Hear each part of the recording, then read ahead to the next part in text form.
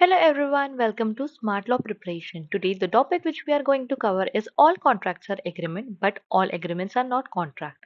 ये बहुत ही ज़्यादा इंपॉर्टेंट टॉपिक है आपके सेमेस्टर एग्जाम्स के लिए एंड ये वीडियो देख लोगे तो आपके सारे डाउट्स क्लियर हो जाएंगे एंड इसमें जो नोट्स दिए हुए वो मोर देन इनफ है आपके एग्जाम्स में लिखने के लिए एंड फॉर श्योर अगर आप इतना भी लिखिए तो आपको बहुत अच्छे मार्क्स मिलने वाले हैं. So let's start the topic. Introduction. All contracts are agreement, but all agreements are not contract. This means while every contract starts with an agreement, not every agreement can be a contract unless it is enforceable by law. इसका मतलब ये होता है कि हर वो contract जो एक agreement से ही बनता है पर हर वो एग्रीमेंट जो है कॉन्ट्रैक्ट नहीं बन सकता because they are certain agreements जो कि इलीगल पर्पस के लिए बनाया जाता है. फॉर एग्जांपल ए ने बी के साथ कॉन्ट्रैक्ट किया कि आपको जो है सी को मारना पड़ेगा, अगर आप सी को मारते हो तो मैं आपको 10 लाख रुपीज दूंगा. So this is an agreement between A and B but it is not a legal contract because it is making for an illegal means. ठीक है, तो इसलिए ये जो एग्रीमेंट है वो एनफोर्सेबल बाय लॉ नहीं हो सकते हैं एंड इसको जो है आप कोर्ट में पेश नहीं कर सकते हो because murder is a crime under penal law, right? What is contract? According to section 2H of Indian contract Act, an agreement enforceable by law is a contract. हर वो एग्रीमेंट जो एनफोर्सेबल बाय लॉ होता है वो contract होता है. जैसे कि आपको पता ही है कि offer plus acceptance become promise and promise plus consideration becomes an agreement, and when that agreement is enforceable by law it becomes a contract. ठीक है. Now what is agreement? As per section 2E the Indian Contract Act, every promise and every set of promise forming the consideration for each other is an agreement. Every promise and every set of promise अगर वो form करते हैं consideration एक दूसरे के लिए तो वो क्या है, वो एक एग्रीमेंट है. नाउ इन जनरल तो मतलब कुछ कुछ ऐसे एग्रीमेंट्स होते हैं जो कॉन्ट्रैक्ट नहीं बन सकते हैं, उस वो जो है स्पेसिफिकली मेंशन है इंडियन कॉन्ट्रैक्ट एक्ट में. जैसे all agreements are not contract. However, not all agreements meet the condition to become contract. Many agreements, especially social, moral, or domestic ones, are not meant to create a legal obligation.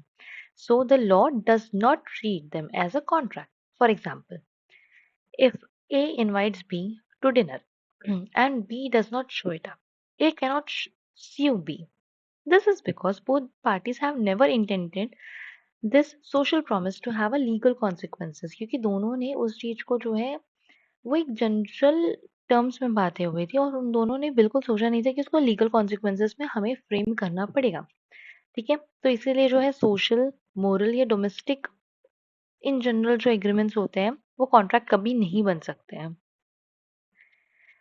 So there are some essential elements जो कि section 10 में बताया गया है कि कौन से agreements को आप एनफोर्सेबल करवा सकते हैं.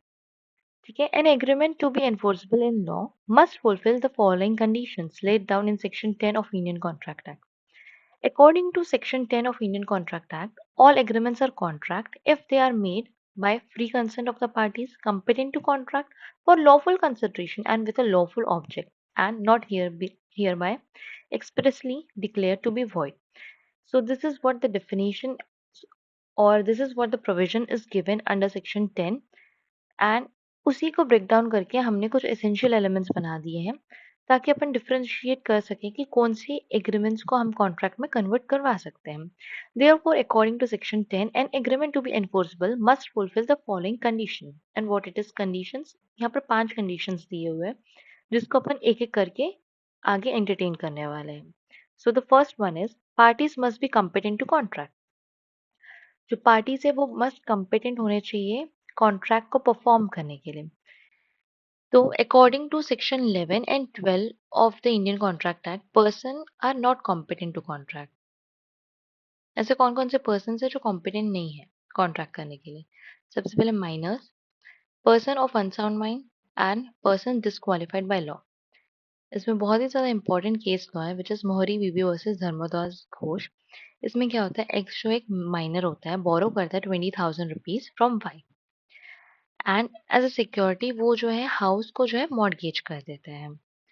जब वो और वो मेजर होने वाला रहता है कुछ फ्यू मंथ्स के बाद.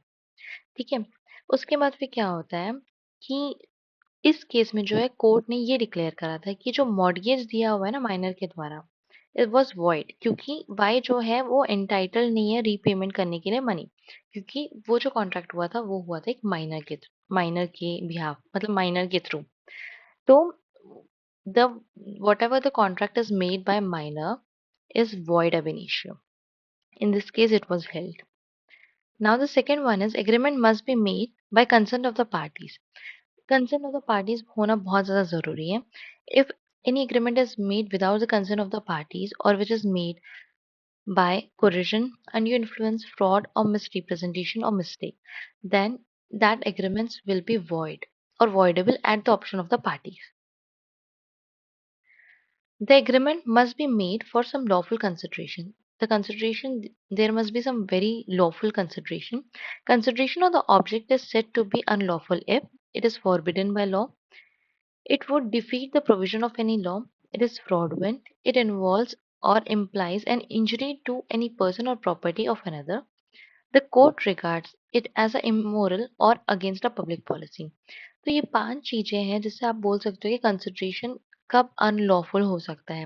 अगर वो फॉरबिडन बाय लॉ है, लॉ ने ही उसको रिकॉग्नाइज नहीं करा है, या फिर वो किसी भी प्रोविजन को डिफीट कर रहा है, मतलब उस चीज को जो है हैम्पर कर रहा है, या फिर फ्रॉडुलेंटली वो कंसिडरेशन लिया गया है, या फिर उस चीज से वो कंसिडरेशन से किसी को इंजरी हो रही है, पर्सन या प्रॉपर्टी को, या फिर कोर्ट ही उसको रिकॉग्नाइज कर रहा है कि वो इमोरल है या अगेंस्ट पब्लिक पॉलिसी है, तो ऐसे कंसिडरेशंस जो है वो लॉफुल कंसिडरेशन नहीं कहलाएगा.